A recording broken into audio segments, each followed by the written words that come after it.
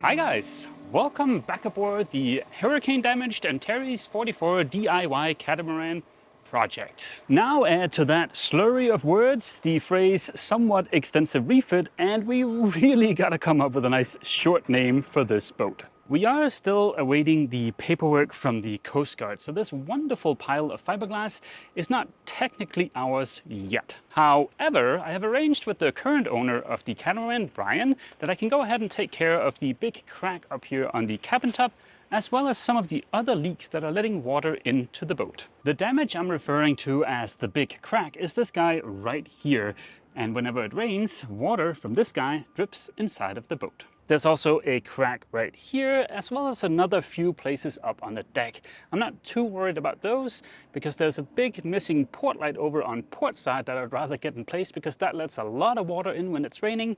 And we also have some holes that are open from an old track. The awesome folks over at TotalBoat have shipped me all the supplies I need to get started. And I've picked up the bits and pieces to recreate my favorite tool for grinding fiberglass. If you're new to the channel, I have close to a decade's worth of experience with glorious sanding of itchy fiberglass, generating tons of man glitter.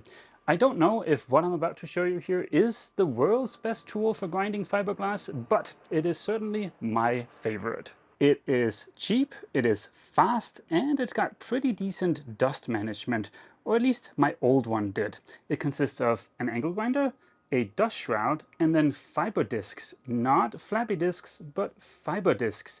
These are way cheaper and they've got a bigger surface area, so you have more control when you're beveling fiberglass. The discs I've got here are 80 grit.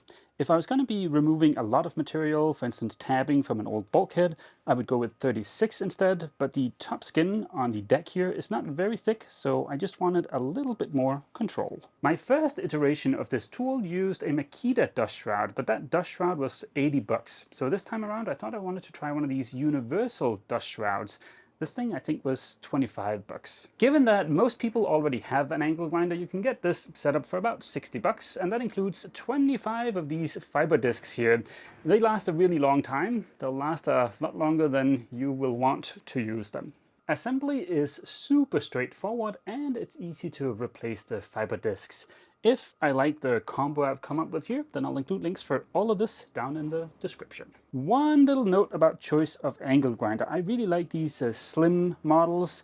You don't need a lot of power for grinding fiberglass, and the slim ones are easier for your hands to hold on to for hours on end. This week is going to be a little bit annoying because I don't have all of my tools aboard the catamaran, but I have enough to get started. Step 1 is to grind away the delaminated fiberglass and take a look at what appears to be a previous repair. This will allow me to see how big of an area of the core I want to replace. The new dust shroud was working just fine. As you can see here, there's almost no dust flying around, but the joy was short-lived. We'll get back to that in a minute. There wasn't that much delamination, but unfortunately it extended around the outside corner at the trailing corner of the cabin tub. Corners are more annoying to fare than flat surfaces, but more so inside corners than outside corners. The damage to the core doesn't look that bad, but I might as well replace it. I remember seeing a few pieces of foam core when we were tidying up the boat, and lo and behold, in the treasure chamber that is the aft port cabin, there was indeed a couple of pieces hiding. With a suitable size piece cut, I used that piece to trace the area on the deck that needs to be removed. Removing foam core is child's play with one of these oscillating multi-tools. I set to work liberating the supplies from TotalBoat from the cardboard boxes. They also sent me one of these fancy pump stations.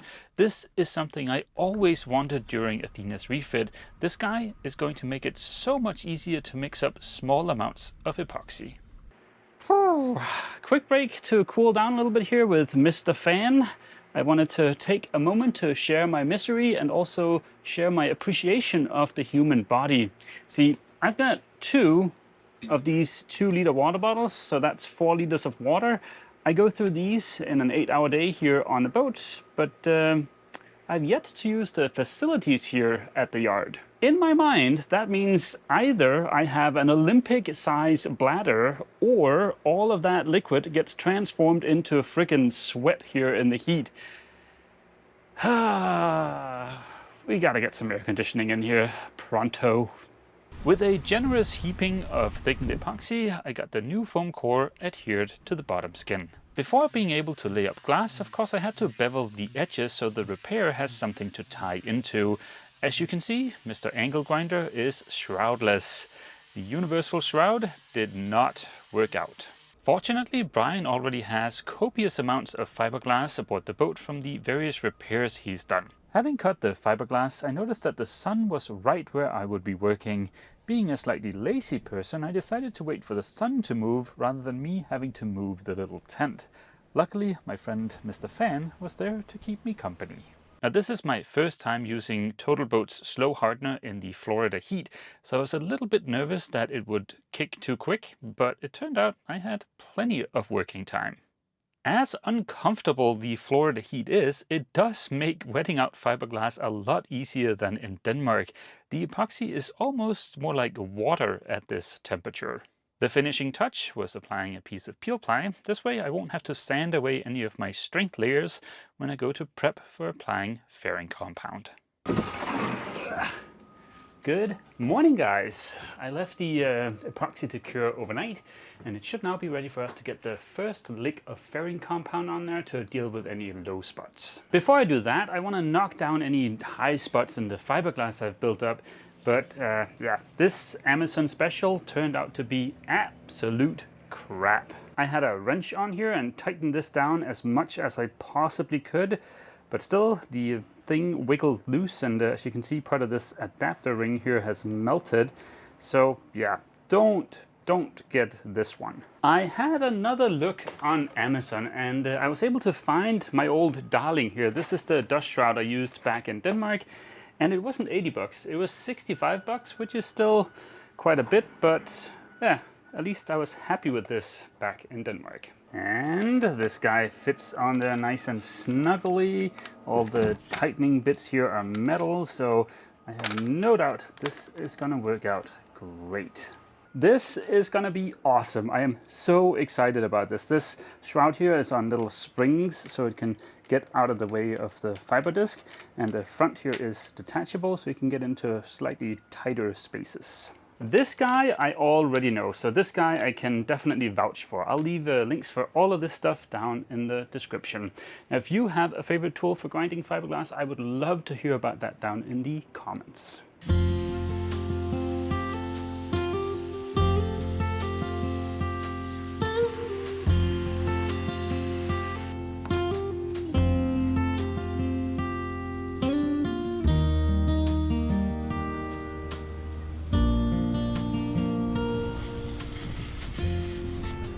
It's going to take a couple of applications of Total Fair to get the surface perfect here, and that's okay.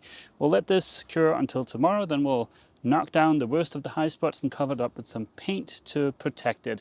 Because my goal this week is to keep water from getting inside of the boat. It is not to make cosmetic repairs. For the fiberglass part of this repair, I used no less than 4 different types of fiberglass. Each of them has their own pros and cons, especially when you're laying them up without using vacuum to assist you. But I'll go into more details about this stuff when I make the video about fixing all of the remaining cracks on the cabin top and the deck. The reason I'm not super concerned about the integrity of the core on this boat is because this core material does a really good job of standing up to the water. If I take my trusty moisture meter and check this crack here, you can see, yep, it's very wet. But if I move an inch away from it, the core is squeaky dry.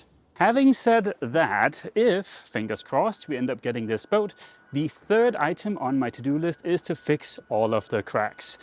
We'll get back to that list if we get the boat. As far as the rest of today and tomorrow, I want to spend that looking for anywhere else water might be getting into the boat. And to seal up those holes, I have some of TotalBoat's seal and also some of TotalBoat's thickened epoxy in a tube. I've used tons of thickened epoxy over the years, but this will be my first encounter with the TotalBoat seal, which I'm excited about. If only it wasn't so dang hot here inside of the boat, but I guess I made my bed. Now it's time to sweat in it. Earlier, when I took a little break to import some footage, I noticed that there are a couple of holes up here in the cabin tub. They are on a little raised section, and judging by the plywood, they don't let a lot of water in, but might as well just get them sealed up. I just want this fix to last long enough that I can get the hardware that really goes here installed. But let's clean the surface a little bit and get rid of the dust so we can get a somewhat decent bond. We're definitely not going for pretty here, we're just going for watertight.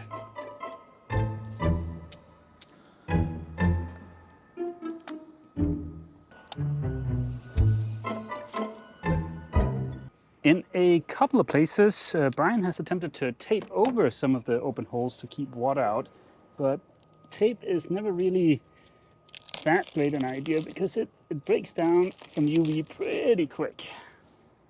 And what's more annoying is that it leaves behind a super sticky mess that's a lot more annoying to clean up than a bit of sealant. If one of you guys know of a better alternative for temporarily sealing holes up than the sealant I'm using here, I would absolutely love to hear about it down in the comment section. I think that's it for holes I could find up on the deck, but of course we still have this opening here to contend with. That is the port light into the forward port head, and getting in there is going to be a little bit of an adventure. First, we have to cross the pit of doom here. The floorboards are not in right now. And then we get into a labyrinth of tight squeezes. And then finally we arrive in the head, and here is the missing port light. Oh, merciful, sweet, sweet breeze. But yeah, let's see if we can get this patched up. Because there's some laminate repairs that needs to happen on the outside there, I'm not going to install a port light yet. That would be a bit of a waste. So instead, I have picked up just a thin sheet of Lexan. Yep, this is definitely big enough. We can take off a little bit on the side, it looks like. The reason I'm eager to patch up that opening from the port light in there is because I think the water over here in the port side engine compartment is coming from that and only that place. So getting that sealed up would mean all of this would be nice and dry. According to the specs for the TotalBoat seal, this stuff sticks well to a bunch of different materials, including plastics, and I'm pretty sure it said polycarbonate on the list, which is exactly what Lexan is. Whoops, actually the spec for the Total Seal says that it's great at gluing acrylic, which this is not. Now, I don't know if there's a big difference between gluing the two, but I have other stuff to do today, so let's just make a little test and then we can see how that has fared tomorrow.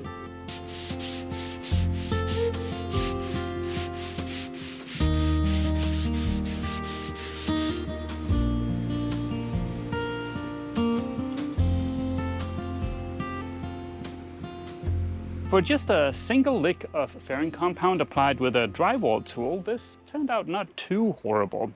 I will do the rest of the cosmetic tweaks to this when I do the rest of the cracks on the deck. It's way easier to batch jobs like that, so you do a whole bunch of little fairing projects and painting projects all at once. I put up this marvelous pop-up tent here just to keep any rain off of the repair, but I'm pretty sure this would instantly die in any kind of high winds, so let's get it down.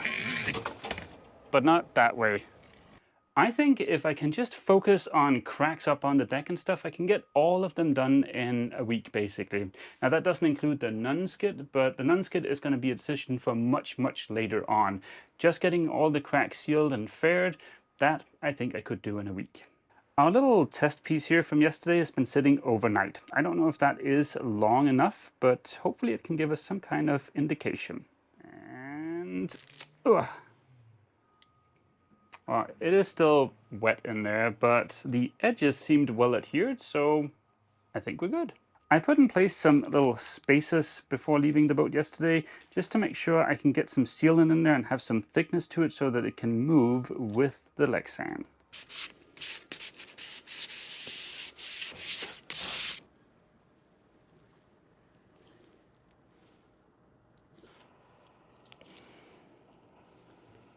Didn't I just say that tape wasn't my favorite to use? But I was referring to duct tape. This stuff is not that. This is some kind of mystery tape. It's a roll I got from a really nice guy in Denmark, but there are no markings or product names on it, so I have no idea what it is. But it doesn't break down in UV and it doesn't leave behind a sticky mess. Yeah, if one of you guys know what this is, I would love for you to tell me, because this is a good thing to have aboard a boat. This stuff looks a lot like packing tape, but it is definitely not packing tape. It is much thicker and it's also more elastic. Like, for instance, to just temporarily seal up these big cracks here in the windows. Now, I'm not too worried about these windows. I think the cracks are there because of an issue with the acrylic, not because of an issue with the boat. Last night, when I was leaving the boat, I realized that I had completely overlooked this big gaping hole and this giant crack down here in my efforts to seal up the boat. I think my best shot for sealing that up quick here is to just lay up a single layer of glass, something that'll keep water out, but something that's also easy to sand off when I go to do the proper repair. She ain't pretty, but she should keep the water out. Really, what we need now to further our leak investigation is a ton of rain. Unfortunately, not a ton of rain is forecast. We might get a tiny bit of rain Monday, so I think I might come back here and just see if I can see anything else leaking. I want to say a big, giant thank you to all the new patrons that signed up after last week's AdSense video. I was not expecting that, and I was a little bit overwhelmed, to be honest. But yeah, thank you so much, guys.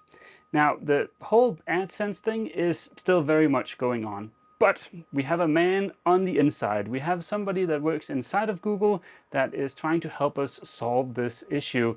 It's not solved yet, but I am hopeful and optimistic. Before ending the video, I also want to say a great big thank you to TotalBoat for sending us all the stuff we need for the repairs, and of course the awesome pump station. Now, they've also created an affiliate link for me, so if you guys need any kind of TotalBoat stuff, you can use that link and get 5% off, and also help fund my addiction for Oh Glorious epoxy. The last couple of videos from here aboard the catamaran have done really well. I don't think I've ever published a video that got that many views that quickly, so I'm super excited about that. I do have a couple of videos in the queue from back aboard Athena, but I don't know, we might do one of those next week. I might bring you guys here for some leak hunting. Everything is just kind of up in the air right now, so yeah, we'll see. But we'll be back next week, so I hope to see all of you guys aboard one of the boats. And yeah, as always, feel free to leave a comment down below, and don't forget, if you've enjoyed this video, please remember to leave a like. See you!